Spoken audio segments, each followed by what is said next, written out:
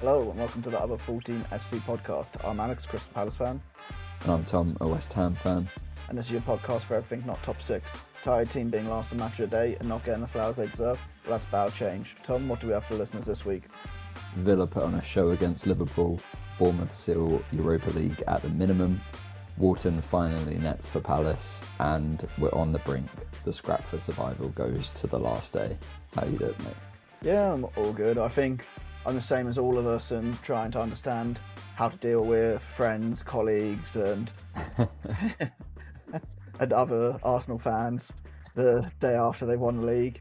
I mean, we'll touch on it briefly, I guess, but I was probably annoyed for about 30 minutes. And then I was like, oh, I'm over it now. I don't think you will be, because I think you'll be extra annoyed knowing that Arsenal go to Selhurst Park this weekend and you're just going to be stood there trying not to let yourself get rattled by the chants, and I'm sure you'll stay for the trophy celebration. Well, that's the thing. I've saying to like all my mates that are Arsenal fans, basically like, either you lose it or City shit the bed earlier and just lift the trophy at the Emirates, because it's going to be a bit annoying if we have to wait for them to do a trophy lift and then we could say goodbye to like our greatest manager probably ever after that. Do you know what I mean? They'll surely lift it after the game, right? And then maybe you give Glasner the goodbye beforehand, or like you do the goodbye and then they do the whilst they're doing like getting the like podium set. Maybe it's one of those, isn't it, where it's just a bit naff, because it sounds really weird, but the last day of the season's always like one of my favourites because I just go with my mum. It's always a nice day. There's always a bit of celebration because we've stayed up or it's been a good year. And then I end up getting completely rattled afterwards because what else are you going to do? But yeah, how are you getting on anyway? You all good? Yeah, I'm good. Football aside, on Sunday I had a bit of a double header between watching football in pubs and going to I went to this rock festival in Camden with my mate Arif.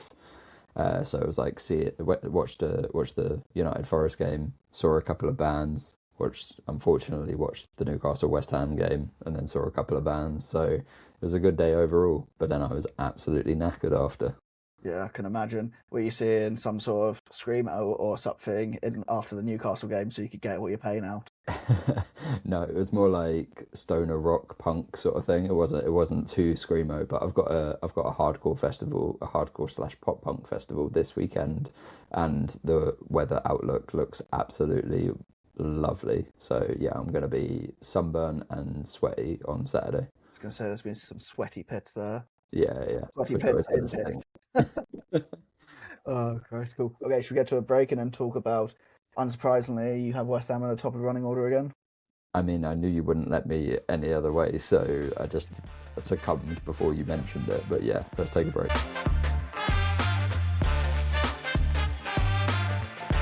Okay, and we're back. So yeah, I didn't think you'd want to start here, Tom, but here we're.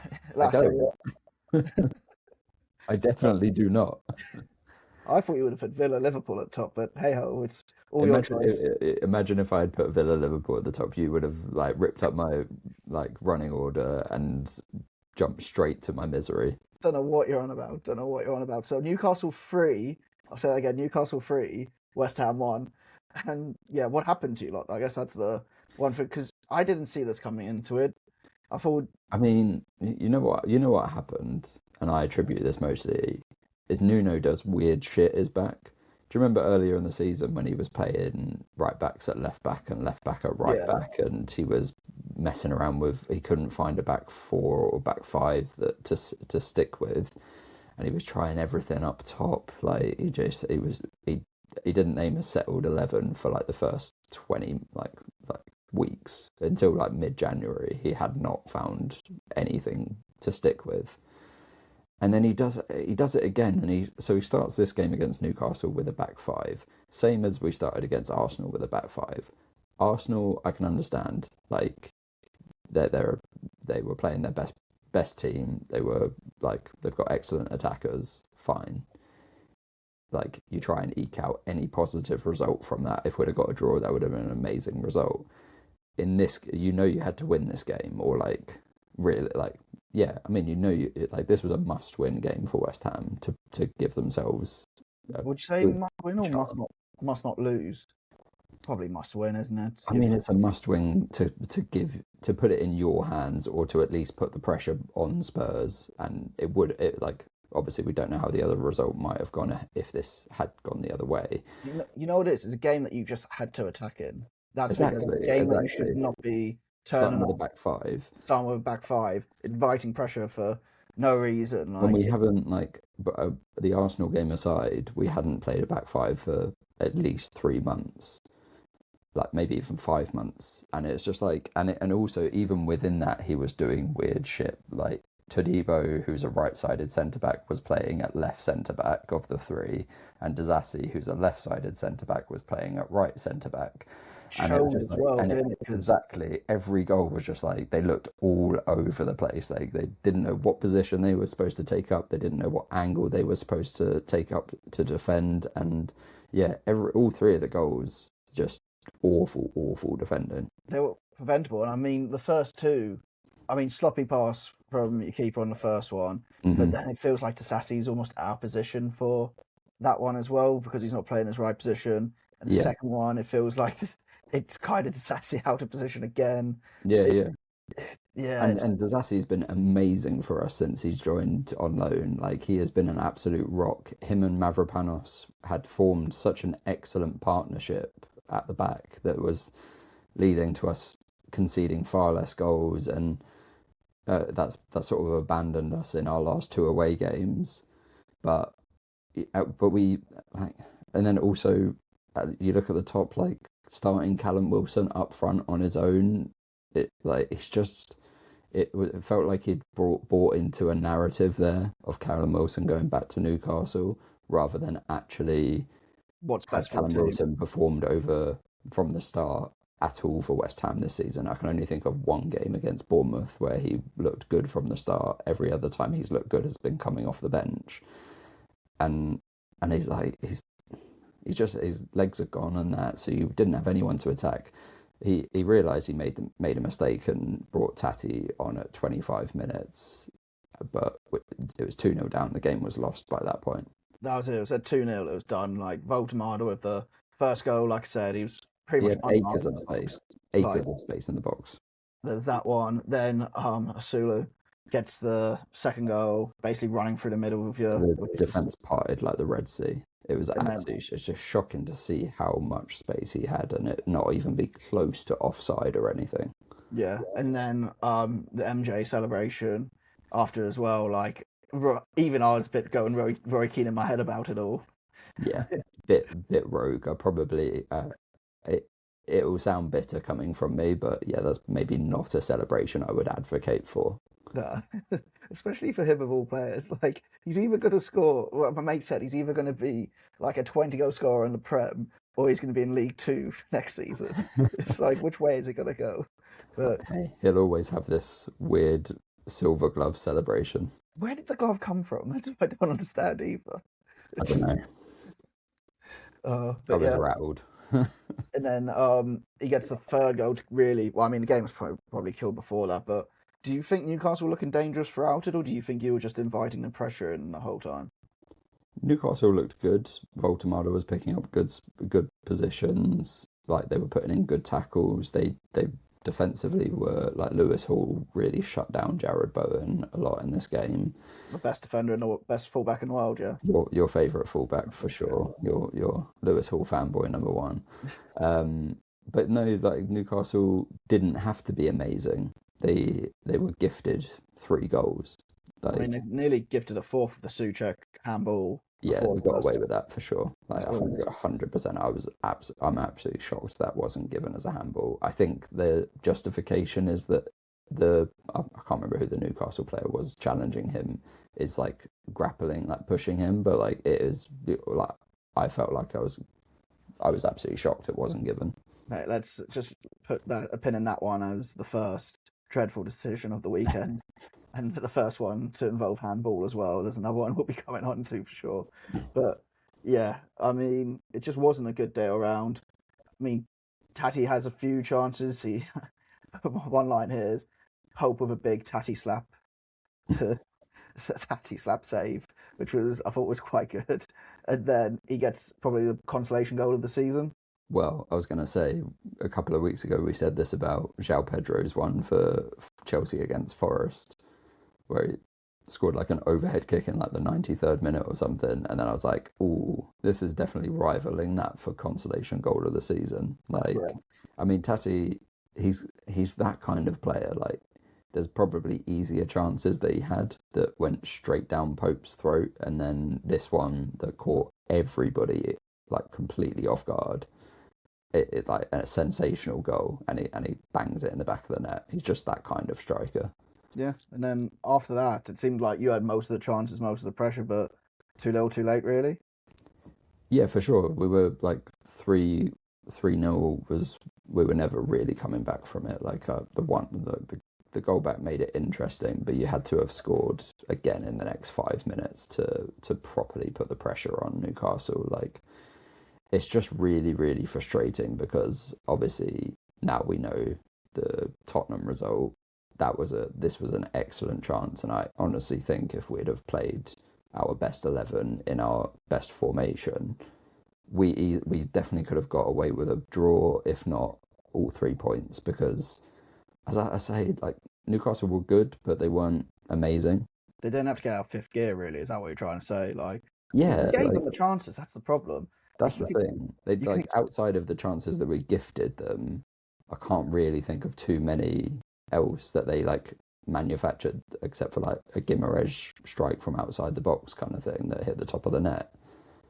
you can accept it. You can't. You lose in a relegation like battle if everyone's putting their bodies on the line and you're like keeping it tight. But to do that, it's like it's unforgivable, really, in a relegation scrap, isn't it? Yeah, the third goal was a real killer as well because like it was so easily avoidable, like from a West Ham pass to the back of the net in 7 seconds. Was Like that's from the throw in, isn't it? Or was that the yeah, second one? West Yeah, Ham throw in. Sorry, yeah. that's yeah. I mean, watch this game, then you put on your Chelsea shirt for Tuesday night I've and never cheer. supported Chelsea so much in my life and felt absolutely disgusted. I was texting two mates of mine at work who are Chelsea fans, and I was like, please don't bottle this. And then after the game, I was like, thank fuck, I never have to support Chelsea again. That was disgusting. Oh, mate. I mean, we feel it. It wasn't a close game, that one, but were you worried when it went to 2-1? Oh, for sure, yeah. Like, I, I mean, it felt like Chelsea should be comfortable, and then Tottenham got that goal back, and it felt like Chelsea were doing everything they could to concede again. Like they could not stick. The ball was just not sticking with them at all. It was like every time they were just lumping it long. They would go up to. They brought on some youngster to like see out the game because Liam Delap has been so bad for them, and it was just like it just felt like the ball was coming back and back and back, and it was just like I was shocked that Tottenham didn't get an equaliser that would have sent us down.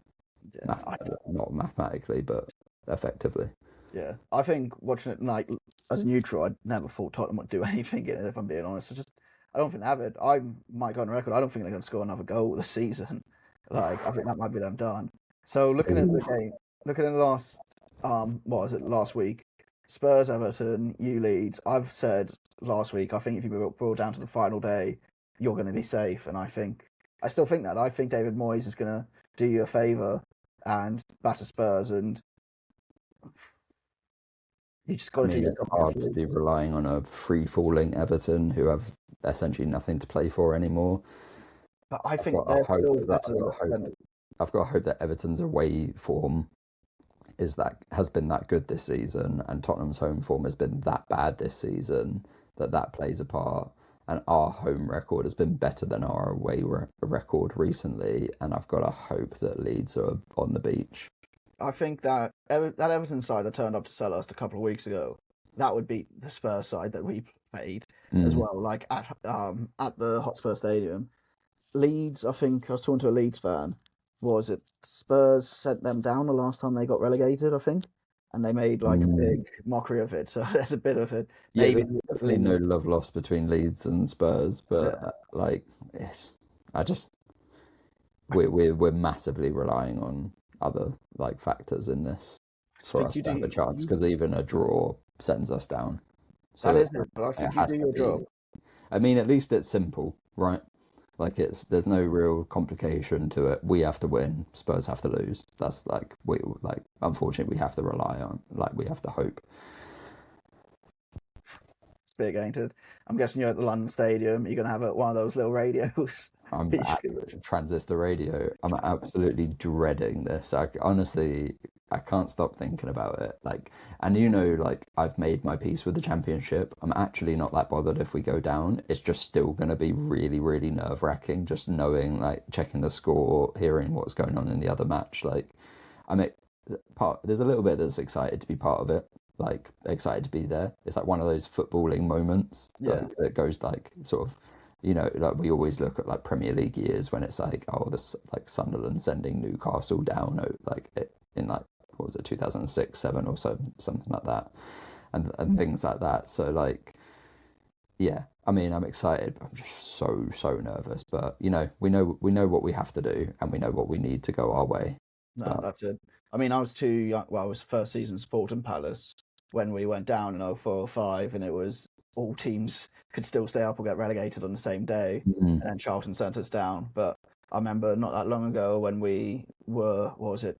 We basically needed to not lose to Hull, and there would need to be a 4-goal swing for us to go down. But still walking to Selhurst, shitting my pants, like all yeah, week forward, feeling dreadful. So yeah, I know that feeling, man, and I'll be wishing you all the best. And I think you're going to do it. I just got that little feeling in my stomach that you're going to do it. But my last thing about this game is Sky Sports can fuck off with the Kieran Trippier in-game interview. I don't know if you were watching it, but like you wouldn't have seen it in the highlights. But like 86 minutes, like they give Kieran Trippier the old standing ovation for his last game at St James's Park, and then Sky Sports decides, you know what, let's cut to an in-game interview and not show you what's happening on the pitch for a good 30 seconds. And I was like actually raging at this pub that I was in Camden, just like what the like my team's season is like is in the balance, you got them on to the the other line round. right here, and I'm watching you suck Kieran Trippier's cock. Like, what the fuck is going on? I was absolutely fuming. It's that stuff, and cameramen being allowed onto the pitch now as well. When Yeah, and ref cam. Modern football sucks. it really fucking does. But we're not even touched on the VAR stuff yet. So wait till we get to that. Cool. Okay. I don't know when we'll be putting next week to talk about. There might be an emergency pod maybe Sunday evening, seeing what's happened. But if you need time to recover, then I need Yeah, time might have to be Monday. I'll be in Germany Monday, so Yeah, well, you've got 2 days before the final, so I'm sure you can find no, it's no half an time hour for to console me no time for between drinking like a good. steins. Stein and Kai West will be going down all the time. Cool. Okay, should we move on to the Friday night game? Was it the Friday night or Thursday night? I think Friday Friday night. night. Friday. Yeah. Villa 2, Villa 4, Liverpool 0. Another score I didn't really see coming. Another Getting your numbers all over the place there. Astonvilla 4, Liverpool 2. I didn't see that one coming. Did you? There's a lot of Yeah. I didn't see coming this weekend. Yeah, I definitely didn't see them putting on this kind of show, but this really felt like Villa going, right, the Europa League final is next week at that point. It's tonight, so we'll find out how they've done. But it really felt like they were like, right, we need to click into form here. Like, we need to get things going because I think Villa have been not that great for the last 3-4 months. Like they've been really like stop-starty. It's almost like they were cursed or something. I'm not gonna let it go. Well, they definitely weren't cursed in this one, but that's maybe because Tammy Abraham probably didn't see the pitch. I don't know if he came on very late, but No, I don't think he came on from memory, but yeah. But Villa yeah. confirming Champions League with this as well, which is great for them. But the one thing, before getting into all the game, the one thing that annoyed me, Sky Sports once again, is Jamie Carragher going on about how shit Liverpool were the whole fucking game. Of course. And I was just like, yeah, let's talk about Villa maybe now. It was like, nah, Liverpool are shit. Liverpool looking like a mid-table side. Liverpool aren't good. It's like Liverpool have been shit all season. They've lost 20 games. Like we know this, Jamie Carragher. it was just annoying me going over and over again. But yeah, Yeah. we near put it all on Villa though. First half, a little bit tight, but Rodgers opens scoring with. They were saying this is a good corner routine. I don't think it was a routine. I think the ball just ends up with him, and he puts it away brilliantly. I think it's a good corner routine because they did something similar to us where Did like where they pinged it to like a couple of short passes, and then it went to John McGinn outside the box, and he like swept it in. And I do think they are practicing, like they are like that's why I think this has come off the training ground. If it has, it's looked scrappy and looked good then, because I And was don't you, like, and did you not see all the 17 shots of Austin McPhee, the set piece coach with the long blonde hair? Like, there's another Sky Sports love showing us these set piece coaches. mate, live for it. That's all I'm living for. That's what I'm tuning in for. Also, Oh, we're really two grumpy old men today, right? yeah, we are. I mean, Palace didn't even have a bad weekend. No, just jumping off my vibe. It's because of Arsenal winning the league, ain't it? It's good. But yeah, then Van Dijk makes it 1-1. VAR check for a foul on Matty Cash, which I think's madness. Like, never a foul. Yeah, it would have been real soft to call it for that, but I think Cash has sort of felt a little something and tried to like win it. And yeah, I don't really blame the like ref and VAR for not giving that. Yeah, well, I blame them for even fucking looking at it, but hey ho. And then, yeah, then still a bit tight to the second half, and then Villa kind of whip their dick out a bit, don't they? And Yeah, was it Ollie Watkins pounced on a Szoboszlai slip, very similar to the Gerrard slip, but obviously without the magnitude of it all.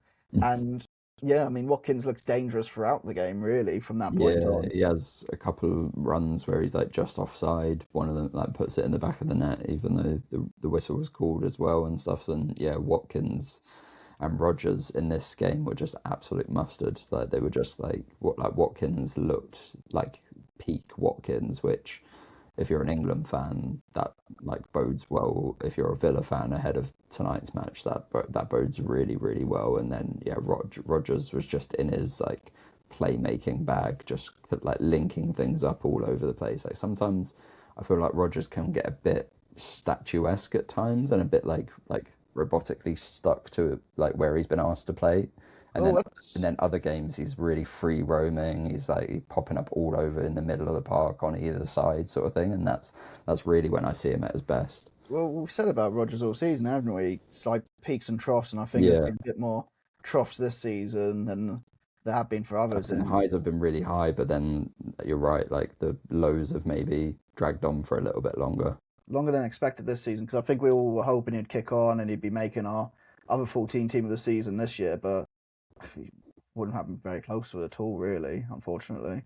No, yeah, I don't think he'll be making that. But yeah, and then after a melee in the box, I have to call it, like the keeper saves it twice, but Watkins taps it in to make it 3-1, and Villa are absolutely buzzing at that point.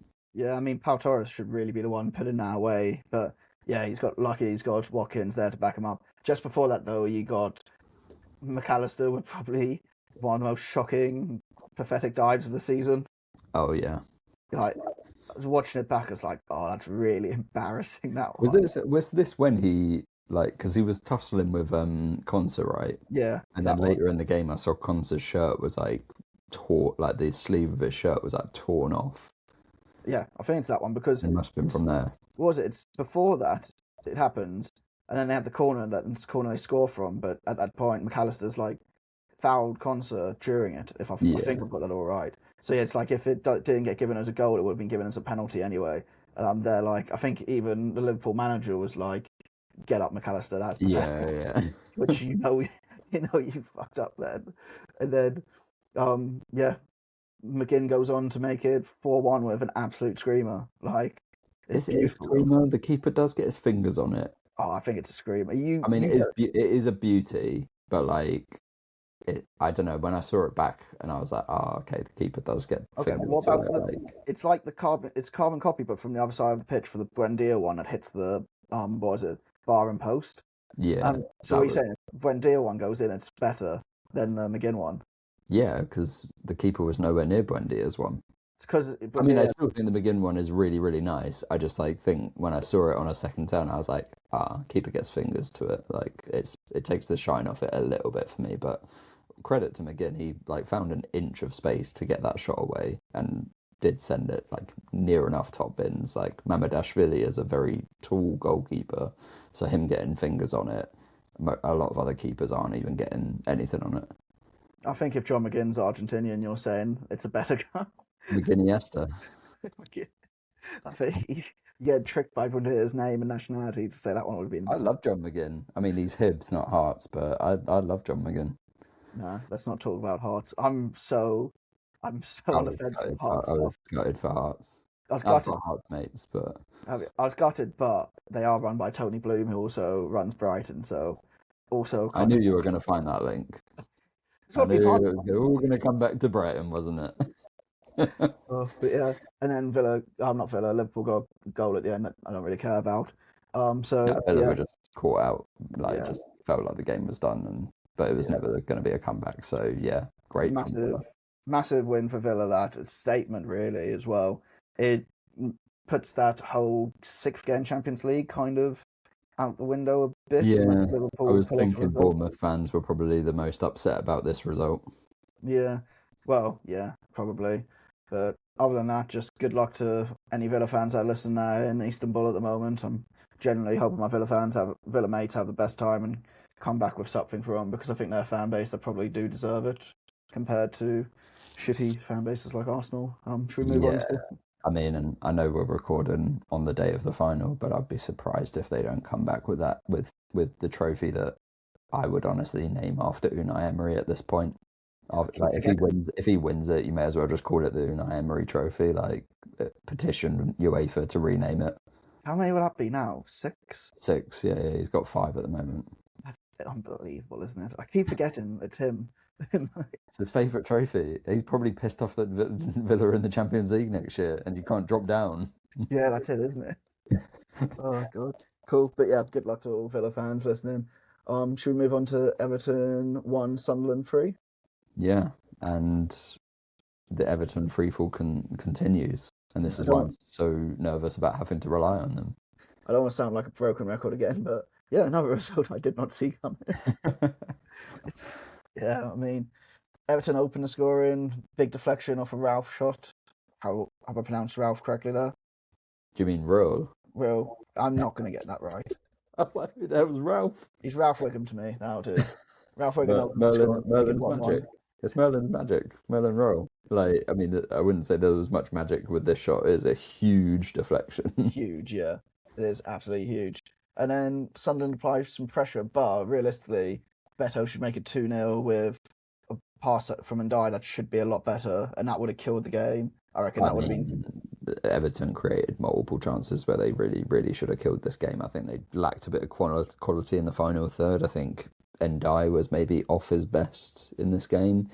There's one that Jake O'Brien, I don't understand how he doesn't score. Like, and Bullet header, isn't it? That goes straight to yeah, the keeper. Yeah. like, well, Roofs kind of throws a shoulder at it. I'm not sure how much he knew about it Oh, because he he's like knows nothing 3 feet about that away one. from O'Brien, but he makes himself big, and like does the keeper's job. But how Jake O'Brien's not scored there, I don't know. Yeah, I know we argued about the Kingsley one where it's like he moves his hand to it. You said he didn't know much about that one, but this Mm, one I don't think Roofs knew anything about it. It's just hit his body and he's just reacted like even when the made ball's yourself crossed. big. Yeah, Did the bare exactly that. minimum. Exactly that. But then I think it was a pretty good game to watch, pretty end to end. But Sunderland were just applying pressure towards the end of the second half, and then throughout the second half, and Robbie pounces on a Jacob Bryan mistake to leave Tarkowski on his arse to make it 1-1. Shrugs him off. Big Yeah, man thing, like just absolutely shrugs Tarkovsky, pushes it, like smashes, and then smashes it into the back of the net. Like, probably won't score you 20 goals a season, but his target play has been excellent for Sunderland. Like, his hold up play has been excellent, and he'll get you 7 to 10, I reckon. I think this was the 7th Premier League goal of the season. Could see him maybe slightly improving on that in his second season if he's. I think he's. I actually need to double check whether he's on loan or signed permanently. I think they've got on permanently. I I mean, think if it was right. they haven't, they probably should because he's been not maybe not lethal, but he's been a proper important cog in that team throughout the season for them and popped up at critical times throughout as well. Yeah, yeah. He did join permanently. Yeah, nice, cool. And then you have Lefay making it 2-1 with what felt like a really clumsy setup for a goal when you look at it, but I don't think it was too bad. Really? Oh, I I think, actually, yeah, because I thought it was quality passing in the box. I think I understand what you mean, where it was like it's a it finish, felt isn't like it? Everton could have nicked it at any time, and the Yeah, finish is like a little bit scuffed because it kind of like rebounds off the that, defender. that's it. Like when I watched it in real time, I was like, oh, it's a bit scruffy. Then you watch it, it's like, oh wait, all his passes are really good. It's just Yeah, like it gets a bit of a clip off the defender first before Lefay hits it and then but goes like far. the passing leading up to it, like I think it was like four passes in the box, and they were just really like quick and direct, and like that a nightmare to defend against, but excellent attacking play from Sunderland. And then yeah, Yeah. Lefay's finishes, but like gets it in the back of the net at the end of the day, and then whips out the Spider-Man mask, another celebration. What's that got to do with anything? Do you know? No idea. No, Okay. I'm sorry, I didn't dig up why Enzo Lefay had a Spider-Man mask. I honestly think it was just a member in the crowd had it and and gave it to him because it didn't look particularly rehearsed. Like he looked No, like it he ran didn't. over it and then a few seconds later saw it and then was like and then grabbed it and put it on and then it almost looked like he forgot what Spider-Man did. Just because on the highlights they're like, oh yeah, and there's Spider-Man, and I was like, I don't think he's known as Spider-Man in that team. If he is, then we're grossly not doing our jobs. Yeah, no, no one has been calling Lefay Spider-Man. Cool. Do you think Pickford could have done better with his T-Rex arms with that shot? T-Rex arms, yeah. I mean, I What? think he could have done better at a few things in this game. There was like he slapped away a free kick, and then that bad cross from Trey Hume that he pushes out for a corner when don't actually think he needs to touch That, it. no, I think you're being harsh with that one, but hey ho. Then we have Seamus Coleman coming on to make his last home appearance for Everton. Absolute legend, I'd say, not just of for Everton, but of the Premier League. And he probably gets the most unfair send off at home possible. Yeah, well, he immediately loses his man at the far post, and Isidore play it. Isidore taps it in. I mean, I don't want to blame Coleman too much for this and the game, You have to. and it wasn't the winning goal, but like he has clearly just lost his man completely, It's and the just like Isidore is just free to tap it in, it's the way like he's marking the man that's in the box, and then he turns around. He's like, "Oh shit!" and he's on the goal line falling backwards. Like, how did I get here? Feel for him so badly because, like I say, he's one of those Premier League legends that should go down as that.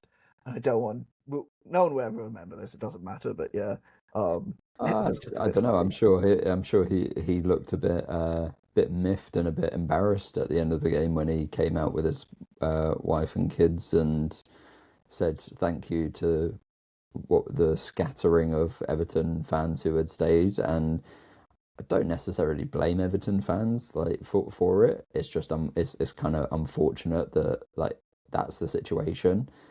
Maybe they didn't like the fans who left didn't necessarily realize that Coleman was going to come out after the game. Like it was a bit weird that they did it after the game because like when Mark Noble left West Ham, we did a big show and dance before the game. He came Mm. out before it with his family, uh, got flowers and things like that. Like got like sort of like the sort of most like tifo in the crowd and things like that. And then the game went on, which maybe that's not the way to do it either. But I don't think West Ham were playing for anything at that point, which at this point of the season is it's the same to say for Everton because with this result, Sunderland have kind of replaced Everton as the outside chance of Europe team. Like they probably won't get it, but they might sneak into like that eighth place or something, which is what we were all saying about Everton a couple of weeks ago. But I said it last week, and this game just adds to it. It's now 14 goals conceded in the last 6 games, which are 3 draws and 3 losses for Everton. And I've seen some fans not sold on Moyes. Like they're reaching this point of the Moyes life cycle quite early, where you're not playing amazing football, you're conceding, and there are real questions to be asked as whether you back Moyes to rebuild because they're going to need probably two centre backs, maybe a right back and a left back. But how are we talking about rebuild for Everton again after how many out of contract players last summer? Well, I mean, how many of those have come in and made a significant impact? Yeah, true. Like I mean, that's Dewsbury still Hall, you can't. maybe Barry. Can you sit there as an Everton fan and be annoyed this season after how many seasons of being in relegation scraps? Just have a comfortable season. No, but football The fans have a short memory, and it's now and he got them safe last season, and they thought, right, new stadium, chance to kick on. They've been in talk of Europe this year, and they've just slowly, like at the crunch time of the season, dropped out of it, and they don't play amazing football. Like as much like I love Moyes, they don't play like really attractive football. It can be a slog to watch at times, and I get your point. I agree with you. Like probably he deserves another season at least. But I'm just putting it out there that like these are things that Everton fans are feeling, and they're valid. But what if there was a case study for sacking Moyes as your manager after a sustainable period in the Premier League and it all going to shit and maybe ending up in a championship 2 seasons later? Those last 2 seasons, Moyes was at West Ham. We were close to getting relegated. But you It's weren't. such revisionist history, and the Conference League papered over so many cracks of that last 2 seasons. But Don't know what you're on about, mate.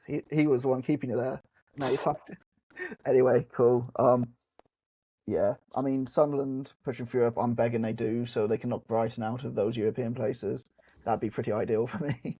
But yeah. Anyway, should we move on to the game that handed Arsenal title? Bournemouth 1, City 1. yeah, yeah, and Bournemouth were the better team for most of the game, in my opinion. Bournemouth defended better. Bournemouth had more meaningful attacks. Bournemouth were just better all round in this game, apart from the very end where, I mean, they invited a bit of pressure from City because City had to do something.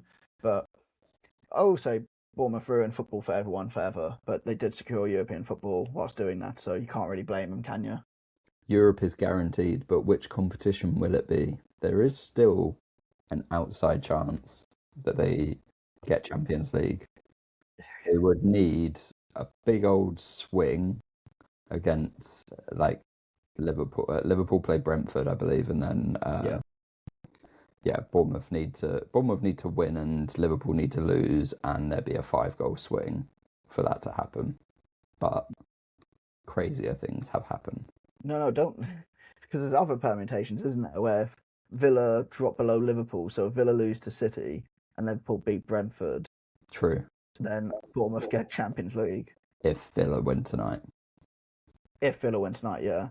And So then yeah, but Bournemouth need to stay in that. Yeah. there's also an extra permutation that means we could have a fifth place playoff I've if seen that. Liverpool lose to Brentford. I think it's if Liverpool lose to Brentford 1-0 and Bournemouth win 4-0, then it'll be a 5 goal swing, and they would have the same amount of goal difference, goals scored, goals against, home goals, away goals, and they would have to play each other for a fifth place playoff, which is not going to happen, but it's fun to talk about. Yeah, it's fun to talk about. As long as all the ends with Brighton not getting a European position, I'll be happy. But, It is not even in the conversation, but okay. but no, Kroupi opens the scoring with a lovely curled goal. Most goals in a debut season, like standalone now as a Highest teenager. scoring teenager in a Premier League season, like That's the mental, isn't it? the Like, records, like, and he scored a few penalties, but this was like he's also scored this goal a couple of times, like this area of the box, like left hand side, just outside the box, pinging it to the far corner, and the talent that this guy has, and not even just in like the goal is great. There's multiple other moves where he plays a really nice one-time pass, really quick, fast, like that leads to a Bournemouth chance. There was a Evan Nilsson one that he puts over the bar that's just offside, and Kroupi is one of like the integral players in making that move happen, and just like the speed with which they pass in attack at times just left Man City for dead. And yeah, I think Bournemouth, honestly, they had so many chances to put this game to bed. mate, the Brooks ones at the end where he's got the one-on-one and then hits the post as The well. second one is bad. The first one is not good, but he had just come on, maybe a bit rusty, kind of falls to it and doesn't fall to him great. The second one, he has to put that away. He really does, doesn't he? And then that's what I mean. They just had meaningful attacks and they looked like the better side throughout. And what more can we say about Bournemouth that we haven't this season? We waxed lyrical about them at the beginning. They had that dip, and now they're on this ridiculous unbeaten run, which 17 games. It's mad that their manager is going to be leaving now at the end of the season when they've secured Europe and are on this form. Like, it's crazy, but like I think Iraola should have the choice of jobs. I will have the choice of jobs, and he'll come to Crystal Palace because we have Europa League. Honestly, if I was Man City, I don't know why they're only being linked with Enzo Maresca, who did an all right job with Chelsea. Yeah. I wouldn't say it was anything special. And Pep glows about Iraola. Like, if you hear Pep talk about Bournemouth, he is like Bournemouth's biggest fan. He is like they're always the team that he brings up as like other teams doing amazing things. He's always the first to point to Bournemouth and Iraola as like the next like wave of generational coaches. Like, that might be a lot to say, but I think Iraola has shown time and again at his time at Bournemouth. I mean, they keep bringing it up recently, but just remember, like, this guy didn't win any of his like first 9 matches at Bournemouth. And they stuck with him. Do you remember last year? There was pressure on them to like. It was like, right, was it Frank de Boer at Palace? Yeah.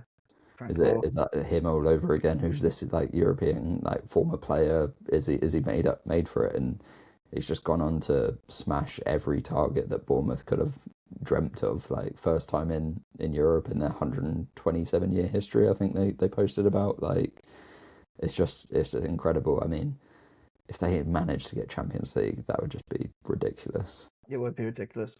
But isn't that, I don't know if you told me this or was on one of my podcasts, the fact that they get Champions League because of UEFA, like PSR rules or whatever their equivalent of it is, it would actually nearly bankrupt them if they got into it.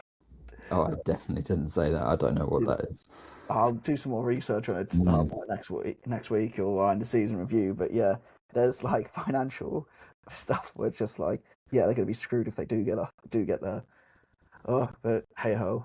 Anything else you want to touch on that game, or should we move on to Palace Brentford? No, yeah, move on. Yeah, cool. 2-2. My main note for this is damn go. Damn. What? You gotta let that pun sit there. Give it to me again. Go on. Damn go. Damn go. Yeah, damn go. So bad. I honestly don't even know what you're trying to say. It's damn, but it's the ang. So how long were you working on that one? About a couple of seconds. Yeah, I don't think so. Oh god. But yeah, seemed to be a good game. Was happy to leave with a point. Probably could have left with more from how we started the game. Obviously, penalty, which I think was a very soft penalty to be given for us. So. Oh really? Yeah, I don't think it was a penalty. Oh, I think it's quite clearly a penalty. Really? I don't see enough contact on SAR for it to be a penalty. I think there's plenty of contact. I think it's also a combination of contact. I don't think it's all just on Kelleher, but also on the defender. It's kind of like a sort of like bounce movement where like the first movement from the defender where he shoulders him off the ball, and then Kelleher does just take it contact with his hands on knees. Okay, maybe I was looking at too much of the keeper, not the defender then. But what I say is, thank God Sam Barrett was refereeing it because he gave it to us. Well, he didn't. Until VAR intervened. So, hey, look at you agreeing with Sam Barrett. Sam Barrett, I hate myself now. Yeah, Sar steps up and slots away. 21 goals for the season. The same amount most of the amount in the top flight season. Gone level with Andy Johnson, one of my Palace legends, which is a mad stat. Like, it's unbelievable to think. I know he's had more games, more competitions to score him in, but still, a Palace striker doing that. And I mean, he's also not the striker. So it is also very impressive. Like, he is quite a selfish player. I've realised Ismaila Sarr. Like, I think he's only got like 2 assists for the season. So it's like, so it was like when he gets in the box, he's like, no, I'm shooting. This is mine. I ain't passing this. Mate, he does all the work getting it into the box by running directly at players. He's allowed to. I'm not laying it off. No. But yeah, after that, I think we could have been 2 or 3-0 up in the Oh first yeah, you half. bossed the first half. Yeah, Sarr hits the woodwork, Larson hits the woodwork. Even Mitchell was having long range strikes at that point, and I'm like, what the hell is going on here? So, yeah, a bit gutted we couldn't capitalise on that. But Otara then makes it 1-1 with the oddest goal of one of the oddest goals of the season. Oh, for sure. But Like, it's absolutely comical. Like he knows nothing about it. It's just Cambo's headed it out, and it's just whacked him in the face, and could have gone anywhere. that ricochet, what are the chances of that ricochet like hitting him so perfectly to go past I mean, Dino? if it's West Ham, that's not going in. Yeah, If it's West Ham, it's the other way around, and it's an own goal. it's what's gone back all the way the other end of Yeah, the it's pitch. going 90 yards down the other end of the pitch and goes into the own our own net. Mate, I'm getting distracted here because an Amazon driver's just driven down the street with the van door completely open and loads of packages just falling out. Oh, have you ordered fresh dildos or? Mate, you're the one that literally says dildos behind your head. Yeah, it says dildos out.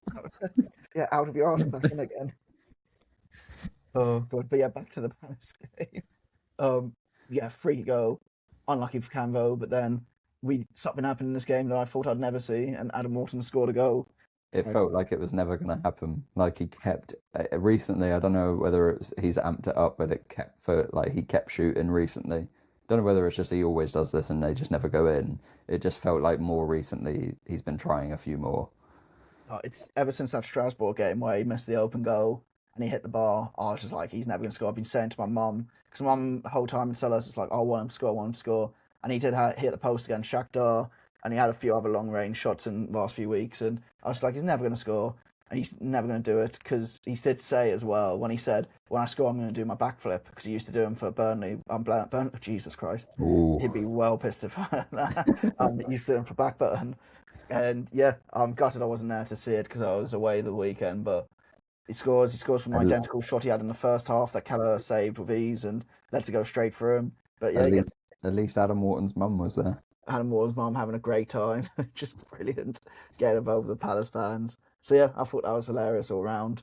But the thing that has rattled me, and I don't know why I keep doing this to myself, I rage bait myself with the BBC Team of the Week every week, and it used to be piss. Oh no, when it was Graf Cooks. Troy Deeney. Yeah, when it was Graf Cooks, it used to piss me off. And Graf Cooks was funny though because it was like I would check it being like, what batshit formation or player in the wrong position? Like what striker has he put in goal today? I'm pretty sure at one point he put Harry Kane in goal. It was like that. But this Troy Deeney one this week really got me because I read. Why would you even look at Troy Deeney? I don't know. He's such a nothing burger of a pundit and a footballer. Like obviously insanely more talented than I am, but he's also a meathead. I don't know. I just wanted to rage bait myself for some reason. And he said, was it like misery? Adam Morton controlled the game, but there was something weird about the backflip celebration. It's almost like he was saying goodbye to the Palace fans. I was just like, where have you got that from? Like, how? Oh yeah, don't when you leave the pub, don't you do a backflip to say goodbye to your friends? Like when you like leave in a meeting, I actually do backflips out of the door to say goodbye. He didn't say that about Kroupi, did he? When he did a backflip, he did the exact same celebration last night. It's like, oh, that's not a goodbye, is it? White guy does backflip. Honestly, it's that. Even the commentator's like, oh, he didn't know he had that in his locker. It's like, yeah, it's because he's white, isn't it? Will Hughes ain't doing backflips though, to be fair. That is very true. But yeah, we had a few injuries in the second half as well, but nothing serious from what it looks like. Penalty on Brennan Johnson, I think, for shirt pull. For me, it felt like a penalty day long. Nah? Yeah. I mean, it's one of those that like Johnson goes down straight away, but then you see the angle of the shirt pull, and it's got like a big old pull of the shirt. I don't know whether it's enough to go down to your feet, to go down to your knees even, but it still should be given. I just don't know why they're not going for that on VAR, but hey ho. Consistently inconsistent. Yeah, then we concede from a set piece as we usually do. And at that point, I was looking at the table, I was like, screw it, I'd rather Brentford probably win at this point to put them above Brighton. And then Thiago decides to sky one completely right at the end. So because it wasn't a penalty. Because Igor Thiago only scores penalties. Yeah, out of order, but kind of true. I know, and it's funny because I'm going to put him in my team of the season, but I'm Yeah, going to hate it every second we're of it. gonna have to, aren't we? Fuck's Yeah, sake, I'm that's so going to annoying. hate every second of it. But yeah, I mean, Palace more focused on Leipzig, but it's good that we put in a proper performance there as well. And I think Brentford keep themselves in the hunt for a European spot. It's good, a big ask for them to beat Liverpool, though, isn't it, on the last day of the season to give themselves a I chance mean, again in is the it? end. Liverpool look pretty rubbish, but Brentford had just not been. They just dropped pace a little bit at the wrong time of the season. Yeah, I mean, I can only hope Brentford win and Brighton lose against United. That'd be nice. Moving on to the next game. Oh, look, Leeds 1, Brighton nil. Yeah, you buried this one, didn't you? I mean, let's be honest, mate. There's not much to talk about apart from Van Hecke and Veruca, are not the best players in the world. Let's be honest. Do you mean Verbruggen? Yeah. Veruca that walk. What do you want to pick out of this game apart from the goal? Because there weren't much. No, there really wasn't. Pascal Gross had a couple of long shots that I didn't caused think you'd Darlow a agree bit with of me. concern. I really didn't think you would agree with me there, but And no. no, there really wasn't much. This was one of multiple that had big end of season vibes. Yeah. It was like, let's just take it in turns having shots. We'll see who comes out on top. Which, I mean, for Brighton, they actually had something to play for here. They felt like their finishing abandoned them a little bit. They created some good chances and then just were fluffing their lines in front of goal. And then yeah, the the goal comes from a horrible back pass from Van Hecke, like which is not the first time he's done it. I'm pretty sure he did it Yeah, definitely not the first a time. couple of weeks ago. Like yeah, Calvert-Lewin pounces on it and rounds for Bruggen, and yeah, Leeds snatch a win in their last home game of the season. Like It should have been a 0-0 game we weren't talking about, shouldn't it? Like, let's be honest. it felt like sad 0-0 corner that Leeds have just pinched. I mean, my only other note for Leeds was, oh yeah, Joel Pirro plays for Leeds. Oh, shit, Forgot about him. weren't you raging about him at the beginning of the season as well? I remember saying in the preseason last year in our preview in the promoted three, I was like, they need to upgrade on Joel Pirro. I don't think he's a Premier League level footballer, and the fact that I've forgotten about him over 38 games of a season, and the fact that Leeds have forgotten about him, I think I've been justified on that. That's fair. That's fair. I have nothing else to talk about that game. Should we move on to another game I don't have much to talk about? Wolves 1, Fulham 1. I'm surprised you didn't mention the almost comical own goal from Dunk that was saved by Verbruggen, but you know. Nah, didn't even. I'll let you move on. Sorry, Brian. Went through those highlights as quickly as possible. I'm not going to lie to you. Wolves 1, Fulham 1, the game where no one seemed happy afterwards. Every part of the stadium booed all round. Like, do you want to boo? I'll boo. They picked it up on the highlights, and I was like, maybe that's a bit harsh. But then you listen to it, it's like everyone was booing. Everyone's booing. I mean, I think maybe we've both been saying this. I might have been saying this a bit more from a Fulham perspective, is like Marco Silva's done a good job, but I don't necessarily think he is going to take them any further than he has done. Like I think they kind of have backed him over the last year with like players like Oscar Bob, Chukwueze. Like they've brought in several like signings that are fairly high profile, like Emil Smith Rowe and all of that. Like they've got good talent. And I feel like Marco Silva's hit his ceiling, which is like 10th. I don't necessarily see him as a better manager than that. I don't see him as a better manager than that, but maybe. I mean, the risk is here. Do you roll the dice? But who do you end up with an Ando Iraola who can break you into Europe, or do you end up with a Julen Lopetegui and struggle for relegation? Like I think the link that they're going after is former Chelsea Atletico player Felipe Luis. It's a mad one. What's he doing at the moment? He was in charge of a Brazilian side. I want to say Flamenco or Fluminense. I know it began with an F. I think the problem here for Fulham is like it's almost like a chicken and egg thing.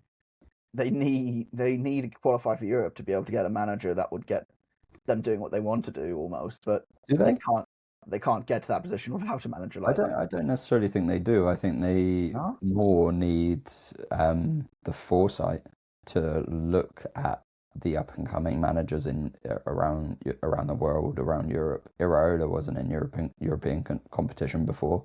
Fabian Herzler was in the second division, like got St. Pauli promoted from the second division Yeah, but he's not a before very going good to manager. Brighton. I mean, he's about to get them into European competition, He's so not, you piece of shit. I'm telling you, he's not.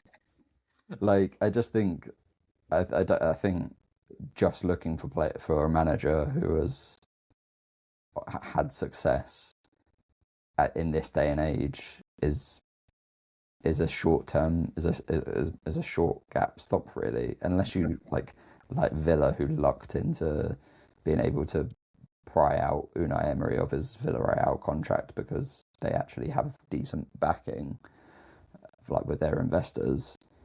I I don't think Fulham need to be in European competition to necessarily attract that, but you need to have a better scouting system for managers like a Brighton and Bournemouth. You're right, I guess, because if Palace can scout fucking Ollie Glasner, any other club should be able to do it, really, when you look I at it mean, that way. again, lucked into that. I know. But I mean, if we can lock into that, we Yeah, are not, we were not very well run. How many firefighters do we have in one after the other? exactly. Like you tried your fancy foreign one with Patrick Vieira, and then immediately were like, nope, let's get Roy Hodgson back. Yeah, that's it, isn't it? Cool.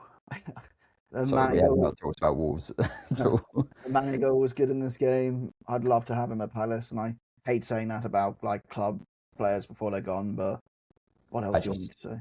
I mean, we talked about it earlier in the season, right? Like, does he stay at Wolves and have a season in the Championship? Like, I could be think really beneficial for him. I But think he I needs. think he's good enough to play Premier League. Yeah, I think a mid to lower table side he could go there and be playing week in week out and making more of it than he would in the Championship. Because the fear is you go down to the Championship, you have a bad team round you in Wolves, you have a bad season, and then you never get seen in the Prem again. Like, Well, I don't know if you've been seeing, but Wolves had a like fan advisory yeah, meeting I saw that. last week, and I've seen clips coming out of it, and it just the whole thing felt weird. Like the understandably, there's not a lot of love from Wolves fans towards ownership, necessarily even towards Rob Edwards at this point in the season. I mean, he's been sort of given a tough job, but they have sort of petered out over the last few weeks. But you got like the Wolves chairman being like, "Yeah, we're going back to old gold," and like drumming that up as like their big win, and then sort of shying away and not really delving into the details of the real issues at heart for Wolves fans, and being like going back with like buzzwords and like pushing that can down the road sort of thing. Like, yeah, we're gonna turn these things around. A lot of talk that Wolves fans are probably sick of hearing now, and they just want to actually see action. And I mean, I know they definitely want to see the club sold into better hands. That Wolves just kind of at this point strike me as maybe a team that might be in the shape of Leicester and Luton. Yeah, it does feel like that, doesn't it? It just it feels like that Portuguese revolution ran its course, and then they were kind of gripping for anything after that. But yeah, do you want to talk about anything else? The game, Robinson scores a penalty, which is the first penalty he's ever taken in football, which was odd. It was a good penalty Good and penalty, a yeah. clear penalty.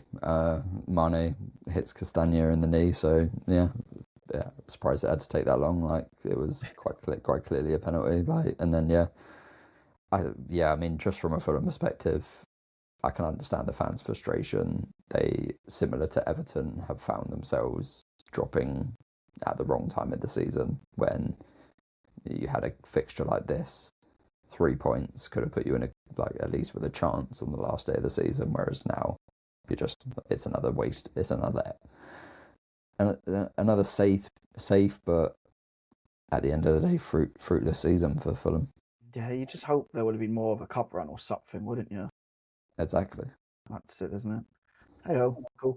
Should we move on to United Forest? A game we probably should have talked about earlier than we have, but Well, this was another one that had big end of season vibes. yeah, it did, didn't it? Should we just cut to the chase? The handball is insane that's been given. Well, Yeah, it's so annoying that a referee has gone to the monitor, stuck with his own decision when it's clearly the wrong decision, and it would only ever happen for a big 16. Only ever. yeah, because the referee should have gone to the monitor last week and not overruled West Ham's equaliser against Arsenal.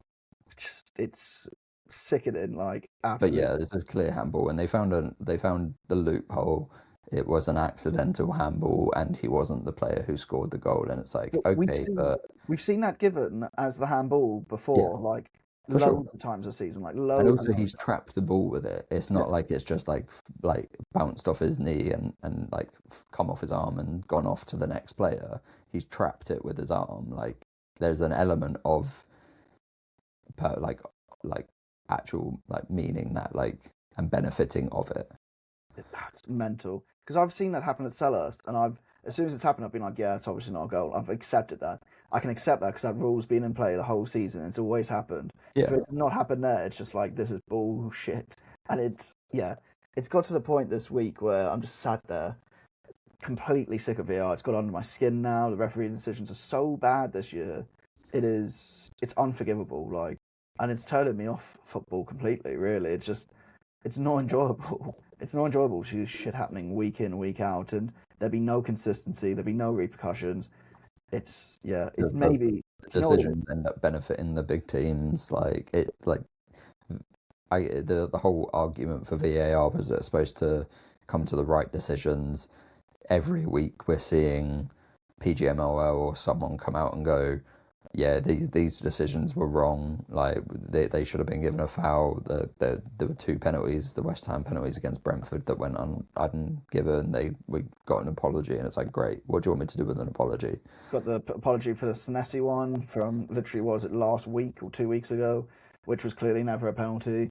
I mean, even in the last game that we probably won't touch on at all, so I might as well say it now. The red card that should have been given to Oh, Kai Havertz, clearest red card. Like, clearest red card ever. It's just, it's sickening, man. I don't yeah, know if it's because there's so many reels now and compilations popping on my feeds about like Arsenal getting given all the VAR decisions and stuff, but it's a bit pig sickening how bad it's been round the board. And if you're a Forest fan, yeah, you probably weren't going to win the game, but keeping it at 1-0 then still gives you a chance. Do you know what I mean? yeah. I mean, like they had chances. I think Anderson was excellent. Like gets both assists. Really, really nice. Like getting the ball out of his feet and finding a way to like really nice crosses.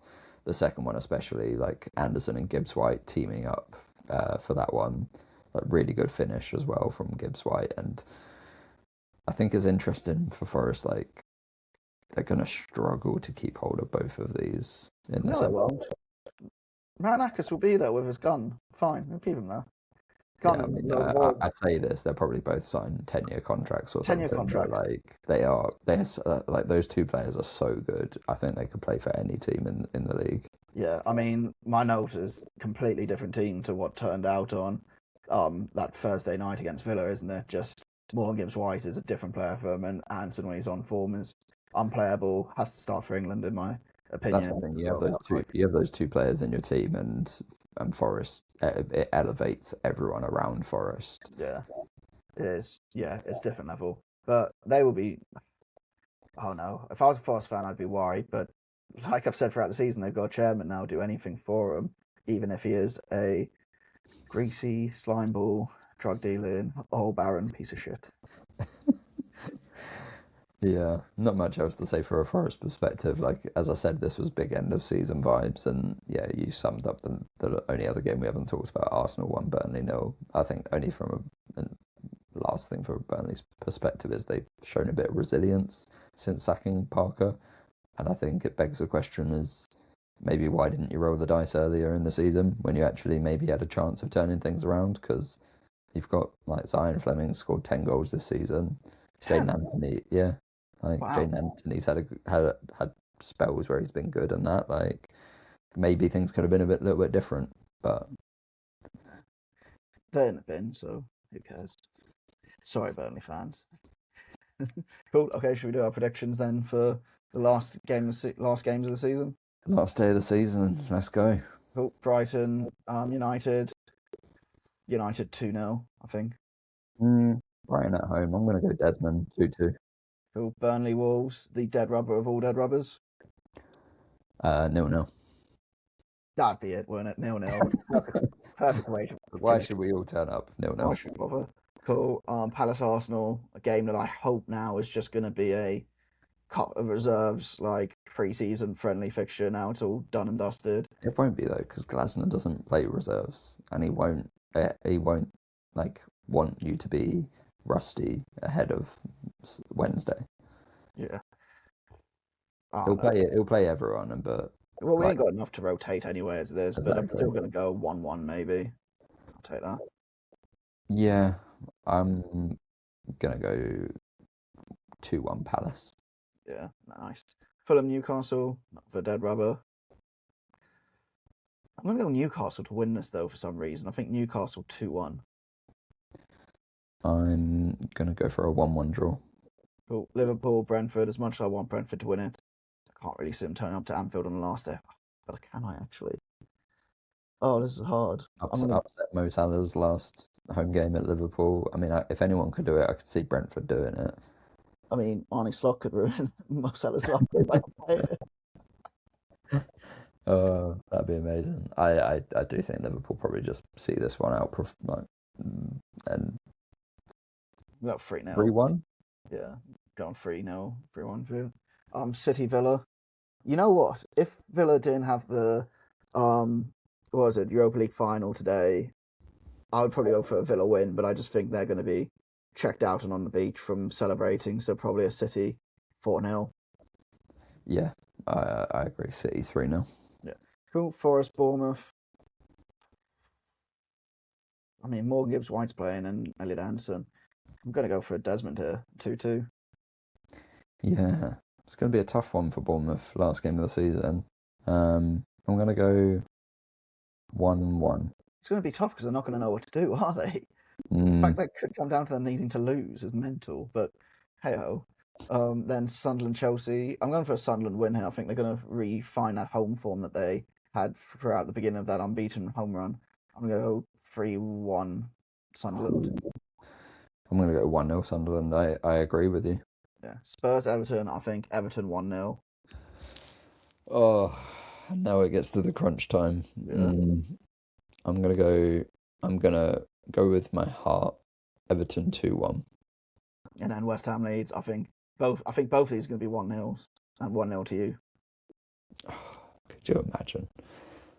I'm gonna back it. It might not be what my head thinks, but my heart thinks we can do it. I'm gonna join you 1-0 West Ham. He can't play 5 at the back, can he? No, absolutely not. Could you imagine? But yeah, like I said, I don't know when we'll be potting next week because I'll be in Germany and I don't know what state Tom will be in as well. Could be on cloud 9, could be in a hole somewhere crying. If it goes my way, we're podcasting at 6 p.m. on Sunday. Yeah. live from each other's stadiums, Wi-Fi struggling massively, just like shouting at each other. I'll take my laptop and I'll leave it in the car, so I'll just phone you. I'll just call you, just leave you an hour-long voicemail, and then you can just put that. I'll just upload that to Pod. Love that.